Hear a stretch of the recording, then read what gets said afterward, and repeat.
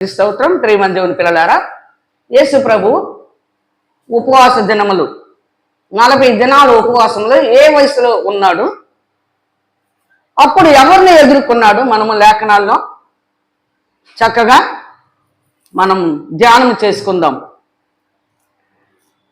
యేసు ప్రభు మోషే నియమించిన ధర్మశాస్త్ర ప్రకారము 20 సంవత్సరాలు పై వయసు వచ్చినప్పుడు బాప్తిసం తీసుకుంటానికి యోర్దాను నది దగ్గరికి వెళ్ళాడు. యోహాను బాప్తిసం ఇస్తా ఉన్నాడు. మత్తయి సువార్త 3వ అధ్యాయము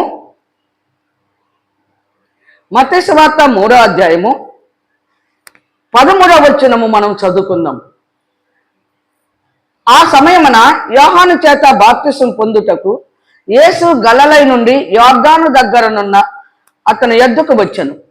అందుకు యోహాను, నేను నీ చేత బాప్తిసం పొందవలసిన వాడునై ఉండగా నీవు నా యొద్దకు వచ్చుచున్నావా అని ఆయనను నివారింపజూచెను గాని యేసు, ఇప్పటికి కానిమ్ము, నీతి యావత్తు ఇలాగూ నెరవేర్చుట మనకు తగి ఉన్నదని అతనికి ఉత్తరమిచ్చను. కనుక అతడు అలాగూ కానిచ్చను. యేసు బాప్తిసం పొందిన వెంటనే నీళ్లలో నుండి ఒడ్డునకు వచ్చెను. ఇదిగో ఆకాశము తెరవబడెను. దేవుని ఆత్మ పావురము వలె దిగి తన మీదికి వచ్చుట చూచెను. మరియు ఇదిగో ఈయనే నా ప్రియకుమారుడు, ఈయన యందు నేను ఆనందించుచున్నానని యొక్క శబ్దము ఆకాశము నుండి వచ్చెను. ప్రియమైన దేవుని బిడ్డలారా, ఈయనే నా ప్రియకుమారుడు, ఈయన యందు నేను ఆనందించుచున్నానని యేసు ప్రభు బాప్తిసం తీసుకొని ఒడ్డుకు వచ్చి రాగానే పరిశుద్ధాత్మ పావురము ఆయన భుజం మీద రాలింది. రాగానే ఆయన, ఈయనే నా ప్రియకుమారుడు, ఈయన యందు నేను ఆనందించుచున్నాను. దేవుడు తన కుమారుని గురించి సాక్ష్యం ఇచ్చాడు. 20 సంవత్సరాల వయసు అప్పుడు 20 సంవత్సరాల పై వయసు కలిగిన వారు బాప్తిసం తీసుకొని దేవుని పని చెయ్యాలి. యేసు ప్రభు దేవుని పని చేసే ముందు బాప్తిసం తీసుకున్నాడు. 40 దినాలు ఎందుకు ఉన్నాడు బాప్తిస్మము? 40 దినాలు ఉపవాసం ఎందుకు ఉన్నాడు యేసు ప్రభు? 4వ అధ్యాయంలో మనం చూద్దాం. అప్పుడు యేసు అపవాది చేత శోధింపబడ్డకు ఆత్మ వలన అరణ్యమునకు కొనిపోబడేను. అరణ్యం అంటే వాక్యం లేని జనుల మధ్య అని అర్థం. అడవి కాదు, అడవిలోకి పోయి ఏం చేయరు. అడవి మనుషులు ఉండారు, అరణ్యముల అడవి మనుషులు ఉండారు. ఈ అడవి మనుషుల్ని మారు మనసు పొందించాలి, దేవుడెవరో తెలియపరచాలి, అడవి మనుషులను దేవుడి వైపు తిప్పాలని ఆయన ఆకలి కొంటాడు యేసు ప్రభు. అంతేగాని ఈ లోక సంబంధమైన ఆహారం ఆయనకు అవసరం లేదు. ఆయన ఉపవాసం ఎందుకున్నాడు? ప్రియమైన దేవుని బిడ్డలారా, ఇక్కడ అప్పుడు యేసు అపవాది చేత శోధించబడుటకు ఆత్మ వలన అరణ్యమునకు కొనిపోబడెను. 40 దినములు 40 రాత్రులు ఉపవాసం ఉండిన పిమ్మట ఆయన ఆకలిగొనెను. ఉపవాసం ఉన్న పిమ్మట ఆకలిగొనెను అంటే ఆయన ఎందుకు ఆకలిగొన్నాడు? దేవుని పని చేయటానికే బాప్తిసం తీసుకున్నాడు. బాప్తిస్మం లేకుండా నీవు దేవుని పని చేయటానికి లేదు. అది మోషే నియమించిన ధర్మశాస్త్రంలో రాయబడి ఉంటుంది. 20 సంవత్సరాలు పై వయసు కలిగిన వారు బాప్తిసం తీసుకొని దేవుని పని చెయ్యాలి, దేవుని మందిరంలో పని చెయ్యాలి. యేసు ప్రభు కూడా మోషే నియమించిన ధర్మశాస్త్ర ప్రకారము బాప్తిసం తీసుకొని చక్కగా 20 సంవత్సరాలు వయసు ప్రాయంలో బాప్తిసం తీసుకొని ఎప్పుడైతే ఒడ్డునకు వచ్చాడో అప్పుడు దేవుడైన యెహోవా, ఈయన నా ప్రియ కుమారుడు, ఈయన యందు నేను ఆనందించుచున్నానని ఎప్పుడైతే చెప్పాడో, అమ్మో ఇతనికి దేవుని యొక్క రాజ్య సువార్తను ప్రకటించడానికి అర్హత పొందాడు. బాప్తిసం తీసుకుంటే అర్హత పొందినట్లేక. కనుక ఇతడు తండ్రిని గురించి బోధిస్తాడు, దేవుడు ఎవరో చెప్తాడు, దేవుని మార్గాలను చూపిస్తాడు, దేవుని సత్యంలో నడిపిస్తాడు, దేవుని రాజ్యానికి అనేకుల్ని వారసులు చేస్తాడు.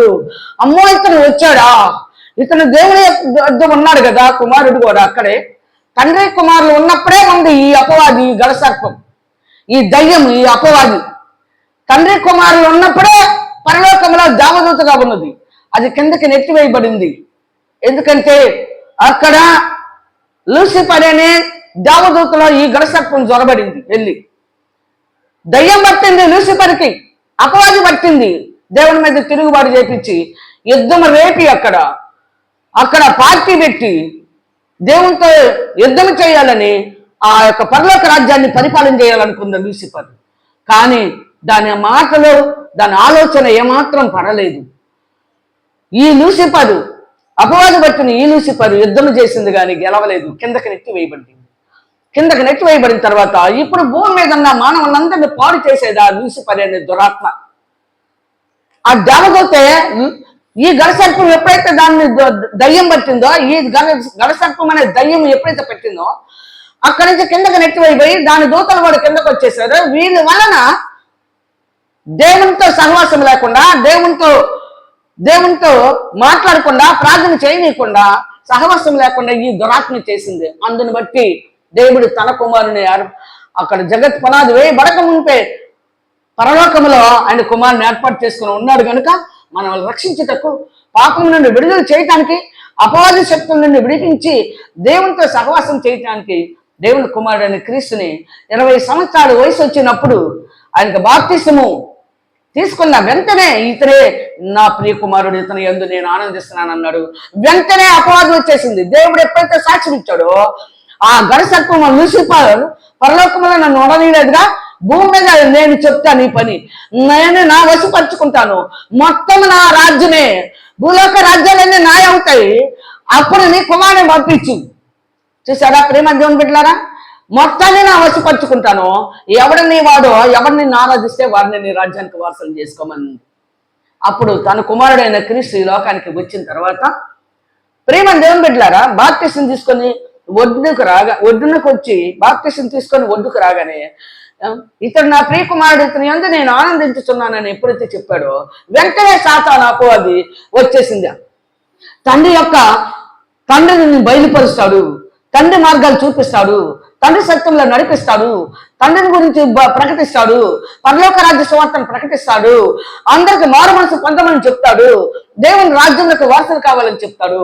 అయితే ఇతన్నే నేను శోధించి ఇతన్నే దేవుని యొక్క మాటల్ని, దేవుని రాజ్య సువార్తను ప్రకటించకుండా చేయాలనుకుంది అపవాది.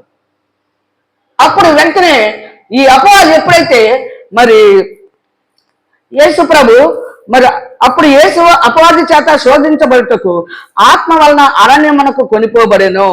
40 దినములు 40 రాత్రులు ఉపవాసం ఉండిన పిమ్మట ఆయన ఆకలి అనగా ఆ శోధకుడు ఆయన ఎద్దుకు వచ్చి, నీవు దేవుని కుమారుడు అయితే ఈ రాళ్ళు రొట్టెలగునట్లు ఆజ్ఞాపించమనేను. ఈ రాళ్ళను రొట్టెలగునట్లు ఆజ్ఞాపించన్నాడు.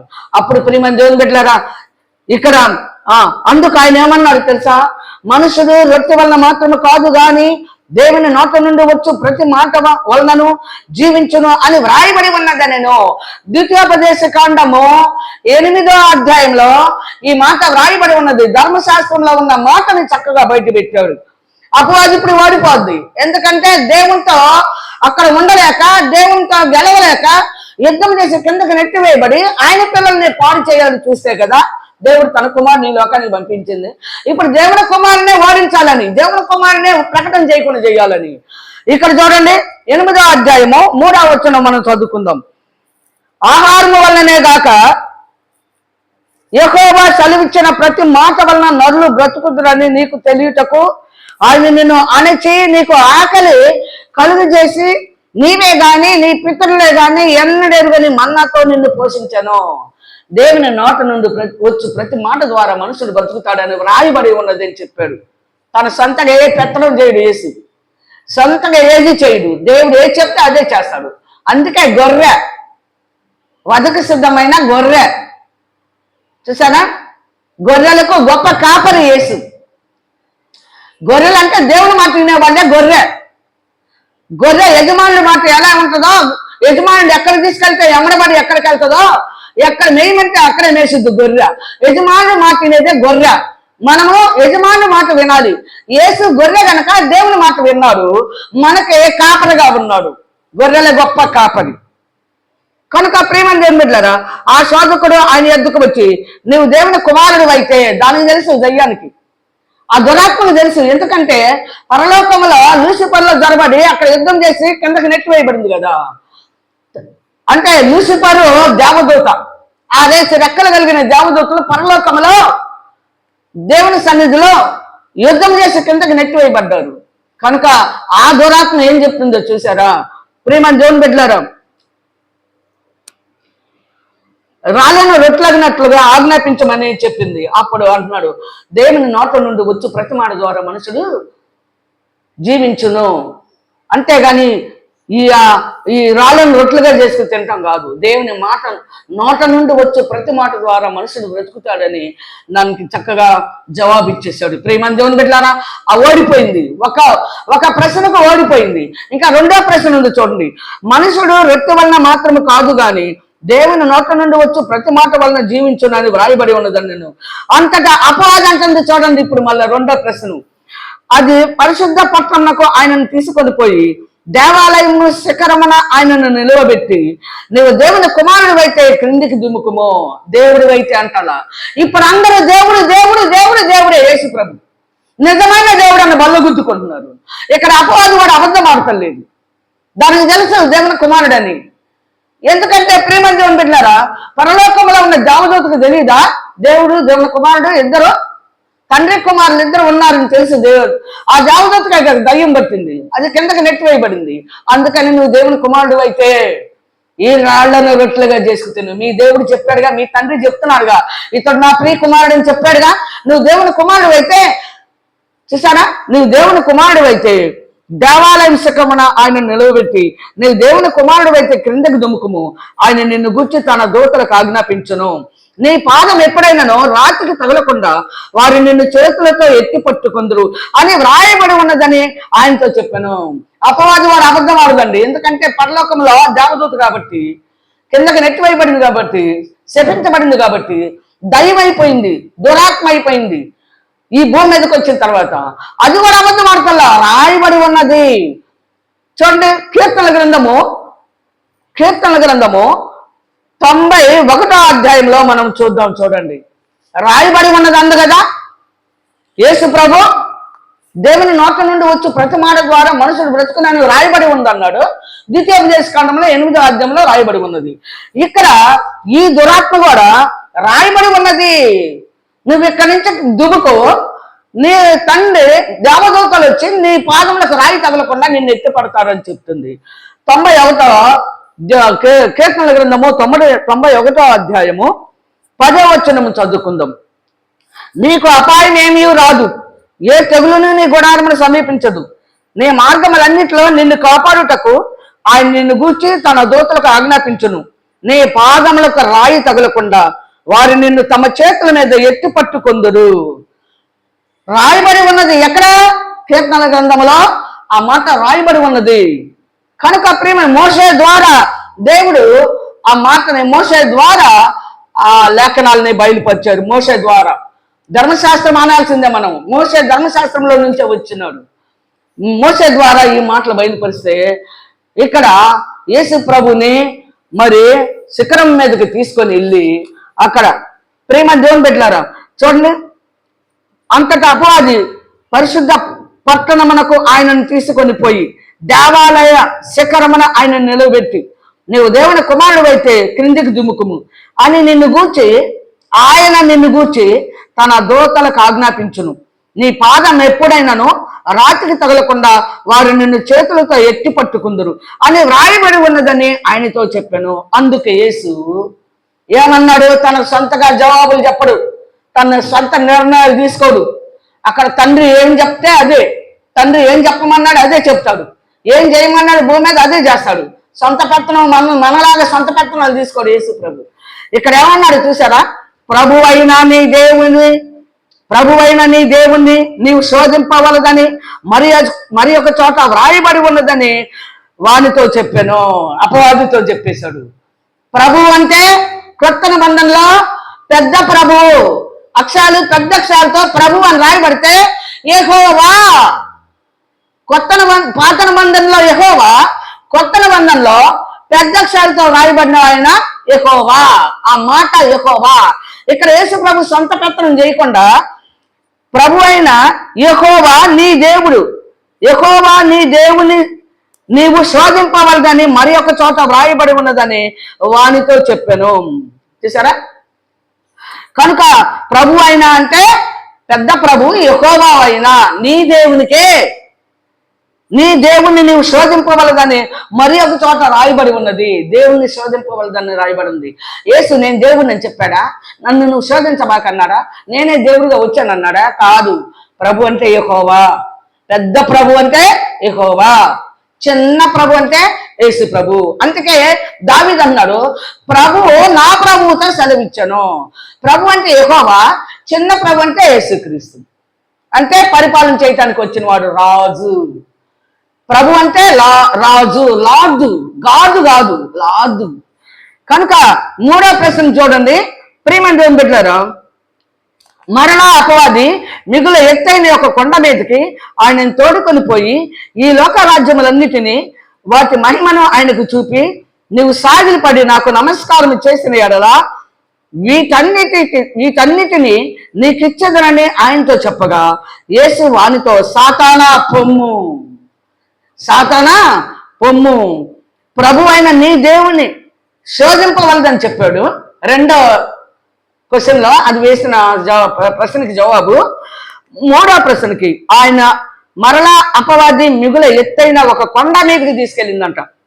ఆయనను తోడుకొని పోయి ఈ లోక రాజ్యములన్నిటినీ వాటి మహిమను ఆయనకు చూపిందంట. ఈ లోక రాజ్యాలన్నీ చూడండి ఎలాగున్నాయా, అంత బ్రహ్మాండంగా ఉన్నాయా. ఇవన్నిటిని అంట యేసు ప్రభువు చూపిందంట. చూపి నీవు సాగిలపడి నాకు నమస్కారం చేసిన ఎడల వీటన్నిటిని నీకు ఇచ్చేదనని ఆయనతో చెప్పగా, యేసు వానితో సాతానా పొమ్ము, ప్రభు అయినా యెహోవావైనా నీ దేవునికి మ్రొక్కి ఆయనను మాత్రమే సేవింపవలెను అని వ్రాయబడి ఉన్నదనెను. ప్రభు అయినా అంటే యెహోవావైనా నీ దేవునికి మ్రొక్కి ఆయనను మాత్రము సేవింపవలెను అని వ్రాయబడి ఉన్నదనెను. అంతటా అపవాది ఆయనను విడిచిపోగా ఇదిగో దేవదూతలు వచ్చి ఆయనకు పరిచర్య చేసిరి. 3 క్వశ్చన్లకి జవాబు ఇచ్చేశాడు. ప్రేమంతం బిడ్డలారా, అది కూడా అబద్ధమాడలా. యేసు అబద్ధమాడు, దేవుణ్ణి చూపించాడు అపవాదికి, తండ్రిని బయలుపరిచాడు అపవాదికి. నీ దేవుడైన ప్రభువుకు మాత్రమే, యెహోవావైన దేవునికి మాత్రమే మ్రొక్కమని వ్రాయబడి ఉన్నది అని సాతానా నా వెనుక్కు వెళ్ళిపో అని చక్కగా చెప్పాడు. సాతాను అతని దగ్గర యేసు ప్రభు దగ్గర నుండి వెళ్ళిపోయింది. అప్పటి నుండి రాజ్య సువార్త మొదలేశాడు. అప్పటి నుండి ప్రియమైన దేవుని బిడ్డలారా 5వ అధ్యాయంలో ఆత్మ విషయమైన దీనులైన వారి ధన్యులు బోధించడం మొదలేశాడు. చూడండి 5వ అధ్యాయంలో ఒక్క మాట చదువుకుందాం. చూడండి 4వ అధ్యాయంలోనే 23వ వచనం చదువుకుందాం. యేసు వారి సమాజ మందిరములలో బోధించుచు దేవుని రాజ్యమును గూర్చిన సువార్తను ప్రకటించుచు ప్రజల్లోని ప్రతి వ్యాధిని రోగమును స్వస్థపరచుచు గలిలయందంతటా సంచరించెను. ఆయన కీర్తి సిరియా దేశం అంతటా వ్యాపించెను. నానా విధములైన రోగముల చేతను వ్యాధుల చేతను పీడింపబడిన వ్యాధిగ్రస్తులందరినీ, దయ్యముల పట్టిన వారిని, చాంద్ర రోగులను, పక్షవాయు గలవారిని వారు ఆయన యొద్దకు తీసుకొని రాగా ఆయన వారిని స్వస్థతపరిచెను. గలిలయ, దెకపోలి, యెరూషలేము, యూదయను ప్రదేశముల నుండి యొర్దానుకు ఆవల నుండి బహుజన సమూహములో ఆయనను వెంబడించిరి. 4వ అధ్యాయం లాస్ట్ లో బోధకుడు బోధించుతున్నాడు. 20 సంవత్సరాల పై వయసు కలిగిన వారు బాప్తిసం తీసుకొని యెహోవాను గురించి బోధించటానికి అర్హులు. యేసు ప్రభు దీనికి సాక్ష్యమై ఉన్నాడు. ఇతడు నా ప్రియ కుమారుడు, ఇతను యందు నేను ఆనందించుతున్నానని ఎప్పుడైతే సాక్ష్యం ఇచ్చాడో కుమారుడని, వెంటనే సాతాను వచ్చేసింది. దేవుని గురించి ప్రచారం చేస్తాడేమో, దేవుని కార్యాలు చెప్తాడేమో, రాజ్య సువార్త ప్రకటిస్తాడేమో, దేవుని గురించి బోధిస్తాడేమో, దేవుని మార్గాలు బోధిస్తాడేమో, దేవుని సత్యాన్ని గురించి బోధిస్తాడేమో. అయితే ఇతన్ని ఆటంకపరచాలి, ఇతన్ని బోధించకుండా చేయాలి, ఇతన్ని దేవుని గురించి ప్రకటించకుండా చేయాలని వచ్చేసింది. అప్పుడు 40 దినాలు 40 రాత్రులు 40 దినాలు ప్రియమైన దేవుని బిడ్డలారా, పగల్లో రాత్రి భోజనం చేయకుండా అరణ్యం అంటే వాక్యం లేని జనుల మధ్య, సముద్రం అన్నా కూడా వాక్యం లేని జన్మ, లోకమే సముద్రము. ఆయన చక్కగా ఆ మనుషుల్లోకి వెళ్ళిపోయి అక్కడ రాజ్య సువార్తను ప్రకటిస్తా, ఇక్కడ బోధకుడు యేసు వారి సమాజ మందిరములలో బోధించుచు దేవుని రాజ్యంను గూర్చి సువార్తను ప్రకటించు, ప్రజలలో ప్రజలలోని ప్రతి వ్యాధిని రోగమును స్వస్థతపరచుచు గలలో ఎందంతటి సంచరించను. కనుక ఇక అక్కడి నుంచి స్వస్థత కార్యాలు, అక్కడి నుంచి పరలోక రాజ్య సువార్త ప్రకటించడం, తండ్రి యొక్క రాజ్య సువార్త ప్రకటించడం, తండ్రిని బయలుపరచడం, తండ్రి మార్గాలు, తండ్రి సత్యమును చక్కగా వారికి చూపిస్తూ పరలోక రాజ్యమునకు వారసులవటానికి నేనే మార్గమును సత్యమును జీవమునై ఉన్నాను, నా ద్వారానే తప్ప తండ్రి రాజ్యమునకు ఎవరు చేరరు. కనుక నేనే మార్గమును సత్యమును జీవమును బోధించుతున్నాడు. ఇక్కడ స్వస్థత కార్యాలు చేస్తున్నాడు. తండ్రి అయిన దేవుడని దయ్యాన్ని ఓడించేశాడు. తండ్రి అయిన దేవుని చూపించి యెహోవా, దేవుడైన యెహోవాని, ప్రభు అయిన యెహోవాని చక్కగా సైతానికి బయలుపరిచి, సైతానికి బోధించి, దాన్ని వాడగొట్టి బోధించడం మొదలెశాడు.